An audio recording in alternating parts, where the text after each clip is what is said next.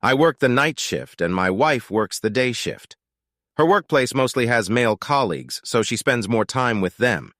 But there are also women in auxiliary roles, like in the office or the spare parts department. We've been together since we were 17, and now we're in our 40s with children. I won't go into the details of our family life. It's worth noting that she recently started working in this field, so workplace relationships have become a new thing. She's been spending more time with her female colleagues after work, not just occasionally. She finishes work around 5 but comes home at 7 or 8. A couple of times she even stayed overnight at their place after drinking, which surprises me because she's usually responsible and doesn't drink in public places. But for now, I'm not too worried. I was at home last night, not working, and went to bed at my usual time. At 3 a.m., her phone screen's glow woke me up. I couldn't tell if she was texting or browsing the internet, and she didn't seem to hide it from me, so probably nothing suspicious. However, she got up and started getting ready for work, even though her shift doesn't start until 8 o'clock. I asked her about it, and she agreed, but said she was going for a walk with her colleagues. She's a diesel engine repair mechanic and looked more dressed up than I'd expect for a walk or a regular workday. She left around 4 o'clock, probably reaching her friend's place by 4:30. It was still dark, drizzling, and about 45 degrees outside, which doesn't seem like good conditions for a walk, especially in Arizona where raincoats aren't common. Also, she drives a truck and I drive a car. At 5 o'clock, I texted her about using the truck for a dump run, but she didn't respond. So I called her 15 minutes later and she said they were still on the walk. She asked me to pick up the truck at her workplace. If it weren't raining, I might have considered checking if her hair was wet after a second shower. I tend to overanalyze things due to my unique way of thinking, and sometimes I have trouble reading social cues. So I'm wondering if I'm overthinking this. I decided to confront her and ask to see her phone. She tried to divert my attention and demanded to see my phone, which I gave her along with the password. I had nothing to hide since I hardly have any personal time, let alone meet others. However, when I checked her active messages, nothing was deleted. But when I tried to find a specific conversation that had caught my attention earlier, it had oddly disappeared. Feeling suspicious, I called the person who had raised my fears, hoping to see his name. I handed her the phone and told her I wanted to see their text conversation. She acted innocent, but I pointed out that she messaged him before leaving home and after returning even when she claimed to be in Vegas. Instead of explaining, she acted confused, as if she didn't understand why the telephone operator had stored their messages. Disappointed, she went upstairs and refused to talk further. Feeling hurt and betrayed, I decided to pack up and leave. I informed her of my intentions and left after packing my things. Now, let me share what I learned from the police investigator about the confrontation. Firstly, he emphasized that for minor offenses, the guilty party rarely fully admits. Even if they confess in one instance, they often withhold important details. So it's unrealistic to expect a complete admission, especially in cases of ongoing infidelity. When you find yourself in such a situation, it's a major breach of trust, and you might need to consider legal action or making a significant decision. You're essentially looking for more information to use later. He also advises starting a confrontation by suggesting you have more information than they think and encouraging them to talk. The truth is the only valuable thing in this situation, so don't reveal the extent of your knowledge. Treat it like a high-stakes poker game and don't show your hand. He also noted that despite searching her phone, don't expect to find anything. It's likely well hidden or already deleted unless they lack intelligence. Perpetrators tend to conceal evidence, anticipating a confrontation. Your job is to establish the absence of text messages and call logs. To provide evidence, it's crucial to obtain records of text messages and calls from your telecom operator and check for gaps in dates and times. Check of communication with a specific person suggests they were together. In these moments, make them believe you have the information while concealing its limitations. Obtaining direct evidence of their wrongdoing is often challenging. During a confrontation, demand access to their phone. They will likely resist and demand to see your phone, making similar accusations. Be prepared for them to stare at you. Your wife reacted the same way when I asked. She claimed not to know my password and insisted I reveal it. Remember that the guilty parties fear being discovered and are more concerned about what you might find on their phone than what they might find on yours. Pay attention to their willingness to disclose information relevant to you. In my case, my wife showed very little interest. She barely looked at the messages and didn't even check the photo gallery where questionable content is usually found. Instead, she was more focused on the phone in my hand as I casually scrolled through a list of harmless text conversations. She even said, "See, I don't know what you think I'm up to." To continue my investigation, I opened the phone app, entered the suspect's number, and tapped on the SMS icon. To my surprise, there were no messages. I went back to the contact and showed it to her, asking about the missing messages. She replied that they never communicated. I disagreed and informed her that in just the past month, she had exchanged over 900 messages with him. I pressed her to reveal where those messages had gone. Initially, she pretended to be innocent, but deep down she likely knew that the number I provided was accurate. Reluctantly, she admitted she had deleted them but didn't disclose the whole truth. It turned out those messages were about her wanting a divorce, which she wasn't ready to tell me yet. I didn't give away too many details, like how far my suspicion had gone. Instead, I provided enough information to instill confidence and make it clear that I had full knowledge of the situation. Knowing the exact number of texts was important as it served as solid evidence, reinforcing the message that I wasn't bluffing when I claimed to know something. This behavior is a typical sign of guilt. When someone is caught in a tough spot, they often try to dodge and use various tactics to avoid responsibility. To deflect blame, they often offer explanations about their whereabouts. However, it's crucial to closely scrutinize the information they provide.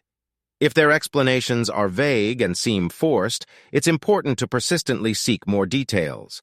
Many false explanations are created with little planning and can easily fall apart with further investigation. While they may provide some information about going to a bar with friends, it will likely lack specific details, such as a heated argument or who won a game of darts. Innocent spouses typically willingly share details of a pleasant evening with friends. Guilty ones, on the other hand, wonder why you're so interested in their activities. Remember, they're anticipating a confrontation and are already thinking about how an innocent person would act in this situation, crafting a plausible version.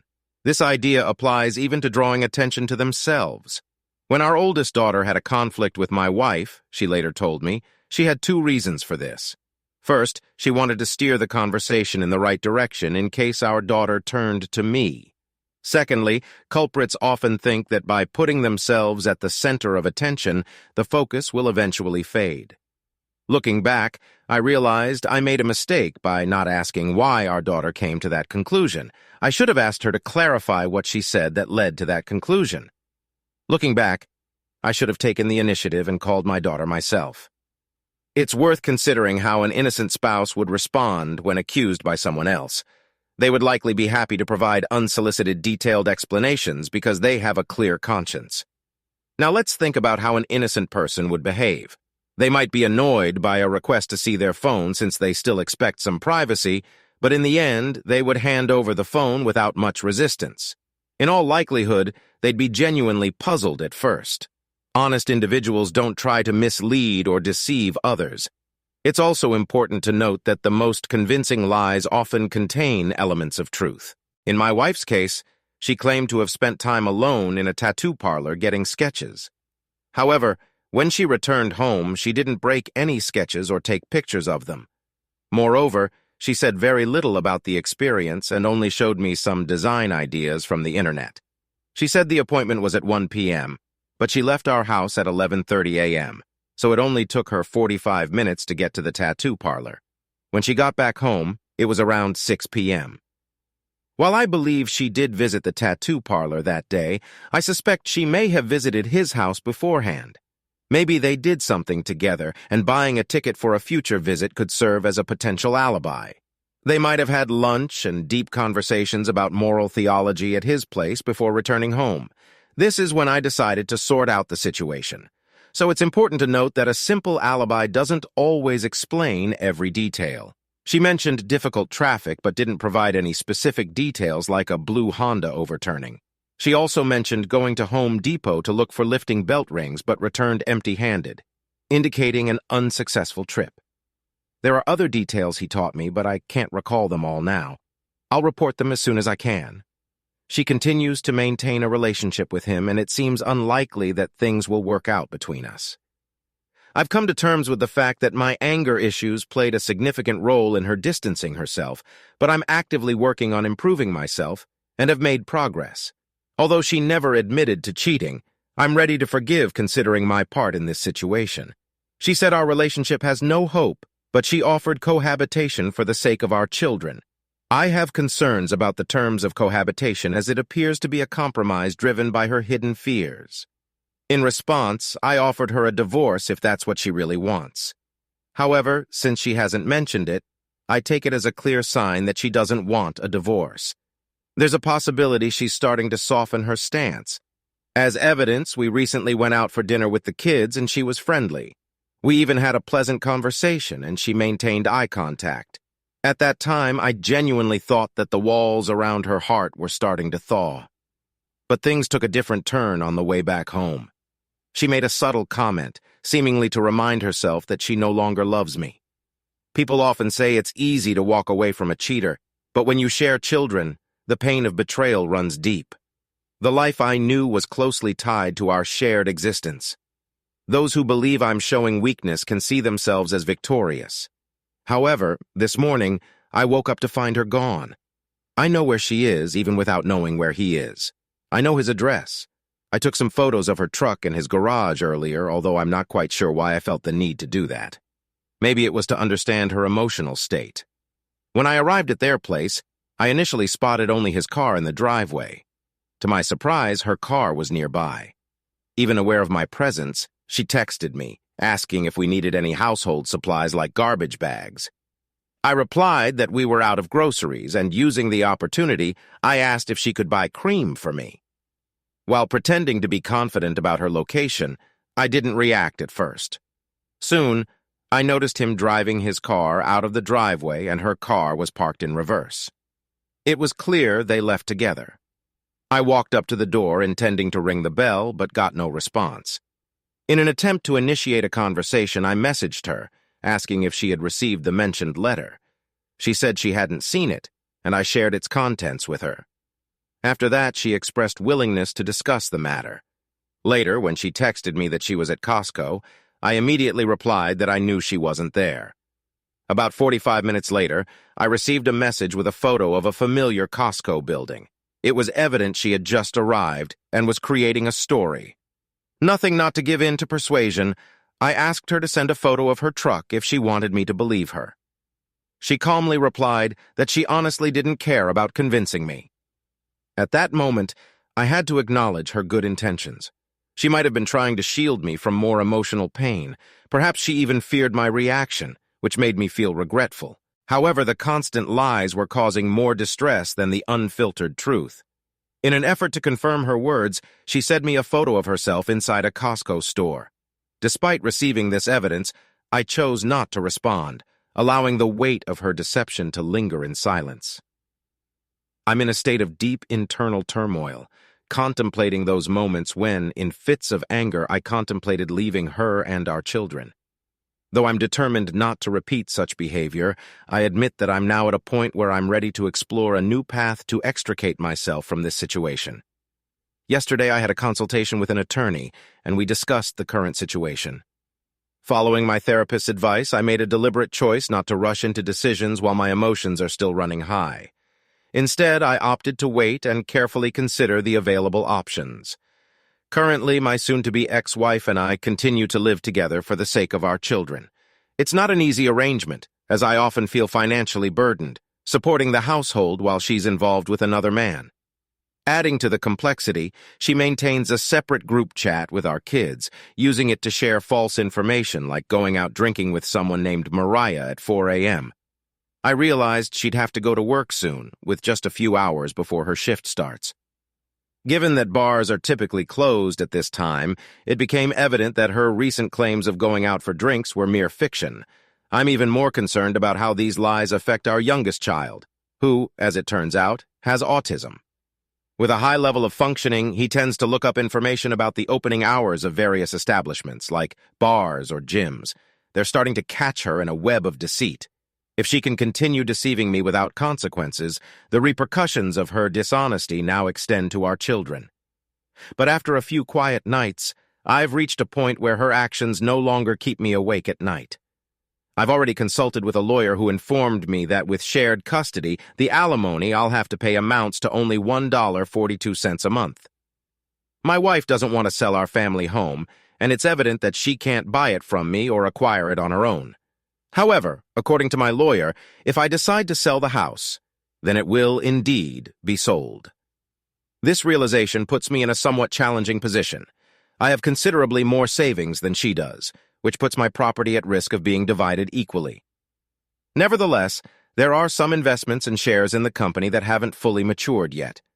The lawyer assures me that these assets can be protected because there's still some ambiguity surrounding them. Furthermore, the lawyer suggested I could safeguard all my assets by using the house as leverage in negotiations. If I decide to contribute only half of the house payments until our children reach adulthood in 5 years, I can negotiate an equal share of future assets. By using this as a trump card, I can preserve my savings. So the situation has effectively turned into a real estate transaction. On a personal level, I have to admit that I succumbed to the stress of sleep deprivation and overwhelming grief, which led me to attempt reconciliation with an unfaithful wife.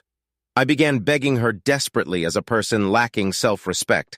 About 2 weeks ago, I reached a breaking point and had to leave work early because I couldn't concentrate properly. At that moment, I hoped her car would still be parked outside the house, and that maybe a spark of affection for me would rekindle in her heart. Looking back, I now understand how crucial it is in such circumstances never to let myself appear as a fool. I tried to initiate a conversation with her, but my efforts were futile, and I couldn't help but feel pitiful. It seemed my pleas went unanswered. Sunday came and went, and I had no particular place to be. I informed her that I wouldn't be home until the workday started, giving her the opportunity to be with the kids while I was away. After buying pizza for the kids, she left again. Feeling lost and unsure of what to do, I sat in the car, browsing various internet forums and getting distracted by other things. For reasons I can't entirely explain, I ended up downloading Tinder and setting up a profile. My initial intention wasn't to seek a chance encounter, so I mindlessly swiped left on all the profiles that caught my eye. However, I did strike up a conversation with one girl, though it didn't really pique my interest. The next morning after work, I stumbled upon another profile and, despite my uncertainty, I impulsively swiped right. To my surprise, we hit it off right away, and she greeted me with a message, "Hello, handsome." It was incredibly heartening to receive such kind words at a time when I really needed them. We started chatting and things flowed smoothly. We even had a couple of drinks together. Surprisingly, Tuesday night turned into a date. Considering the possibility that this relationship could develop into something more, I felt the need to honestly share my current situation. Getting any potential relationship on honesty is important to me. Interestingly, she had also experienced infidelity and had been divorced for some time, but expressed a desire to start dating again. When the evening came to a close, I walked her to her car and we shared a kiss. It's important to note that my wife has already initiated the divorce process, so legally we're no longer bound. To be honest, the thought of this woman and the possibility of finding hope again brought me reassurance, finally allowing me to sleep peacefully. Perhaps in his infinite mercy, God decided to send someone to show that I am deserving of appreciation. This experience rekindled my hope for the future, and even if this connection doesn't turn into something deeper, I'm grateful for the momentary happiness she brought me. I'm well aware that everything is moving swiftly, but it's essential to recognize that my marriage has been unstable for many years. The idea of divorce has crossed my mind more than once, but I've never taken immediate action. I must admit that I didn't take active steps to salvage the marriage. The affair with her was the final straw that led to our split. Looking back, we can possibly say it was necessary since neither of us was truly happy, but neither had the courage to initiate the breakup. Reflecting on this situation, I can't help but wonder if I would have given in to the temptation of infidelity had I been put to the test. The fear of being potentially unfaithful has always kept me at a distance from other women. Unfortunately, those joyful memories my wife and I once shared now seemed distant and faded, much like the memories of a terminally ill person. Passing away is a profound event that brings immediate grief when it occurs. However, I believe that in such circumstances, the awareness of the inevitability of end arrives more swiftly, primarily due to the recognition of its inescapability. Today, I took a significant step. I made an advance payment, officially commencing the divorce process. As a result, our cohabitation will likely end soon. My son and I decided to become neighbors and find a new place to live together. Currently, he doesn't communicate with his mother.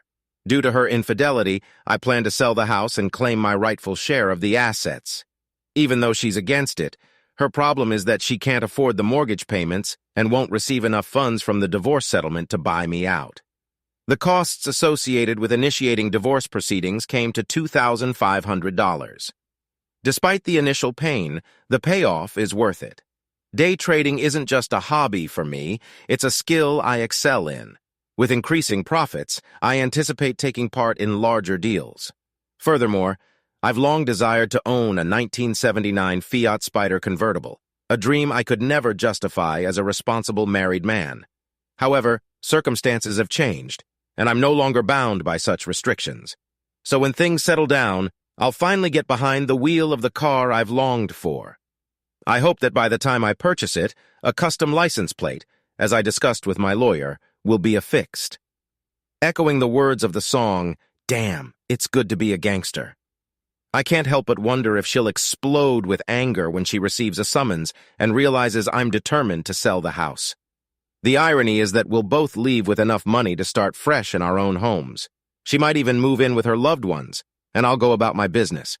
My wife, who cheated on me, is now returning her truck to the bank and trying to strike up casual conversations with me via text messages. However, I've managed to maintain a neutral and unresponsive attitude toward her, often choosing to ignore her messages. She recently messaged me about evaporative coolers at Home Depot. It reminded me of our unsuccessful attempt to buy one during a winter sale. She also inquired about when I'd return home, mentioned that we'd be living in separate rooms, and even wished me a good time at the water park tomorrow. It was a trip I'd planned to take with the kids. By the way, fellow dads, water parks seem to be a gathering spot for single moms after a divorce. Today, my ex-wife sent me an SMS saying that she'll be renting her truck, for which she'll need to pay $730 a month. Consequently, our eldest child will no longer have access to a dependable car with a mileage of 220,000 miles. I must admit that the fact that she's facing the consequences of her actions brings some satisfaction. Furthermore, I had a lengthy conversation with my sister, who shared information about the man my wife is currently involved with. I discovered that the man my wife is dating has 4 previous failed marriages. According to my sister, he has a pattern of forming attachments to women, depleting their finances, and then disappearing from their lives. Though it seems unlikely, my sister passed this information along to me. In response, I told her that if this is indeed the case, I hope he defeats my wife quickly so we can complete our divorce process. I also mentioned that I hope their relationship continues until I finish the necessary legal paperwork and extricate myself from this situation. On a related note, I recently had a conversation with my wife about this topic. She informed me of her plans to return the truck as part of her intention to refinance the house. Due to financial difficulties, she can't manage to make a cash payment to settle the truck and handle the new loan amount simultaneously. Interestingly, this aligns with my own plan, which involved moving out of our shared house. She was aware that I was searching for a new residence and had no intention of staying in a house where she was freely engaging in an extramarital affair. I informed her that I intended to transfer ownership of the house to her, but I demanded a buyout. I have various liquid assets that she has to relinquish in order to obtain my share. Despite the substantial sum, it still falls short of my required amount. The potential cost of a swift departure still seems minor. I aim to settle this matter while she remains cooperative. Experience has shown that with time and increasing physical separation, people tend to undervalue the importance of an equitable division.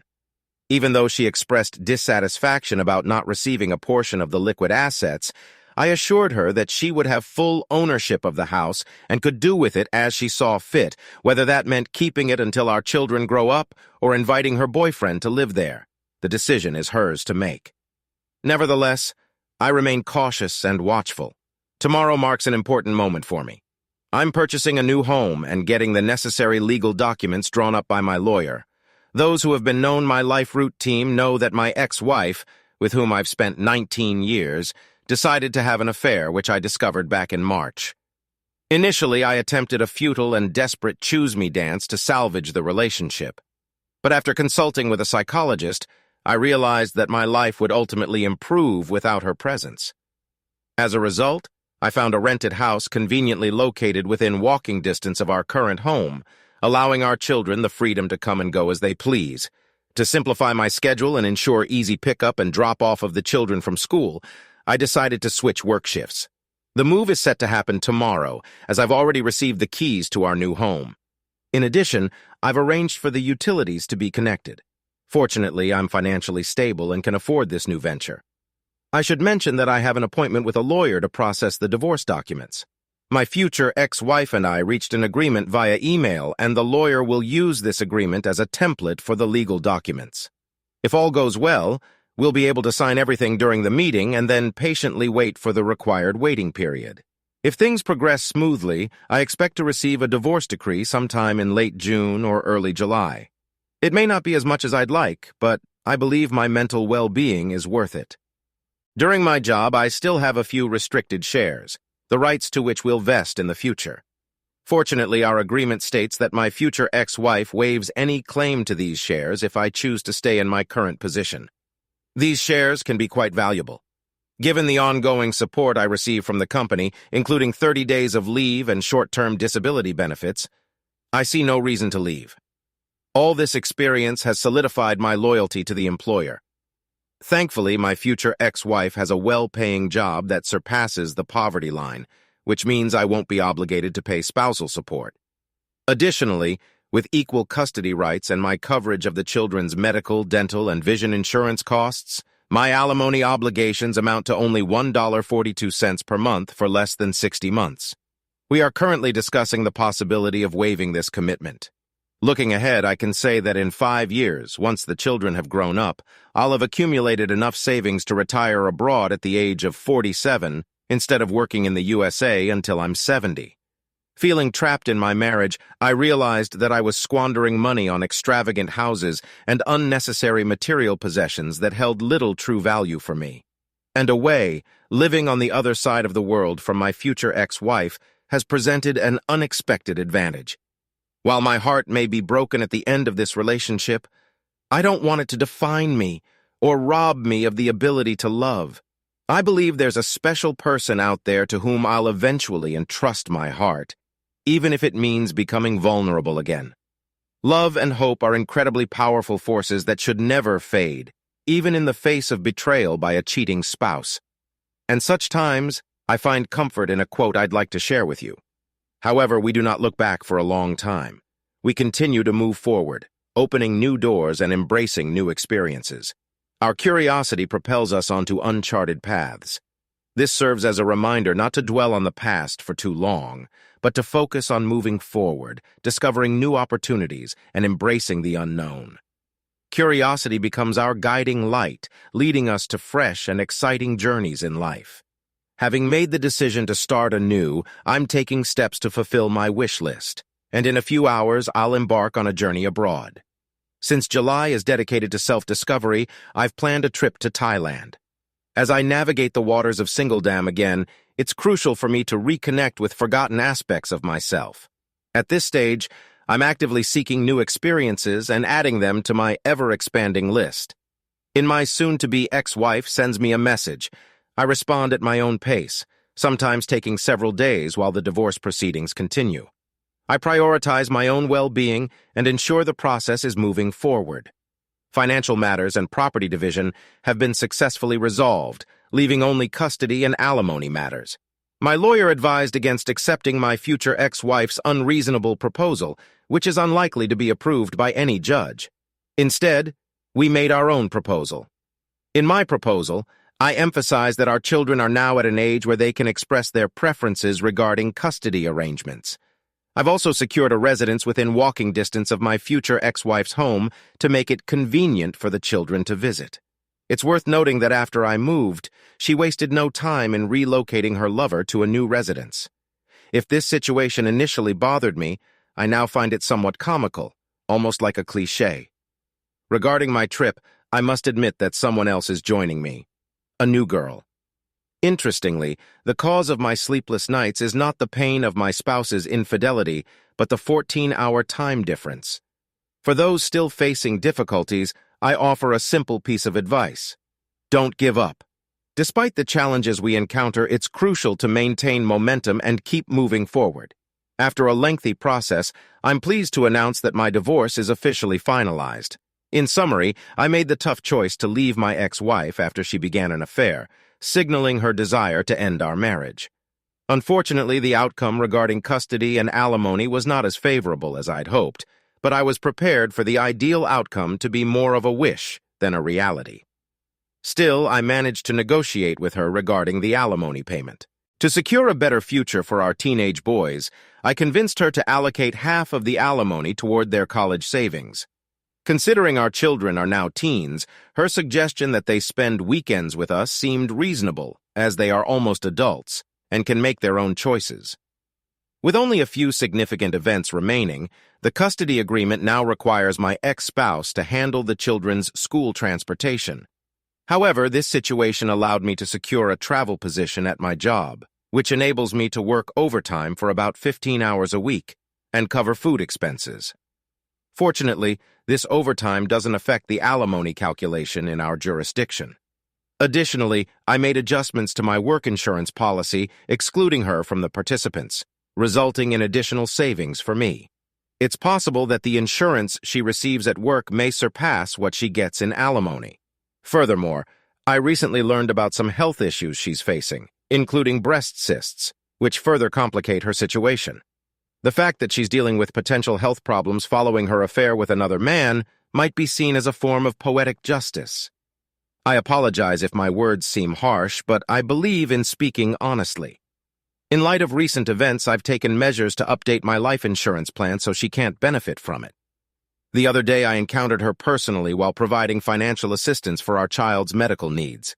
Surprisingly, this encounter didn't affect me emotionally. I'm moving forward, trying to live a positive life free from negative influences.